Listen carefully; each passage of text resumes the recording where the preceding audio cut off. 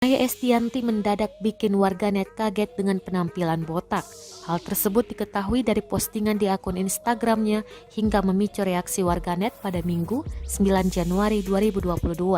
Usut punya usut, Maya Estianty hanya iseng menggunakan efek dari kamera di handphonenya.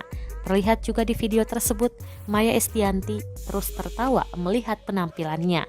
Dirinya menyebut bahwa memang mencintai sosok berkepala pontos. Sampai di situ, Maya Estianty juga menemui Mechan, mantan rekan di grupnya.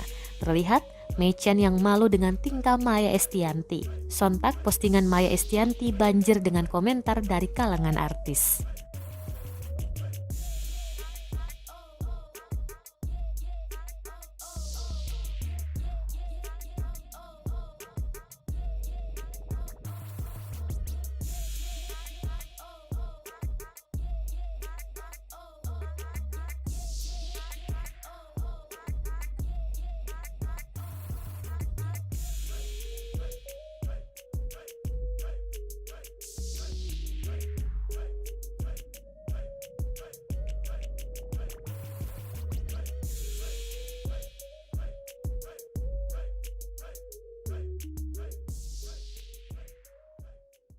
Terima kasih sudah nonton.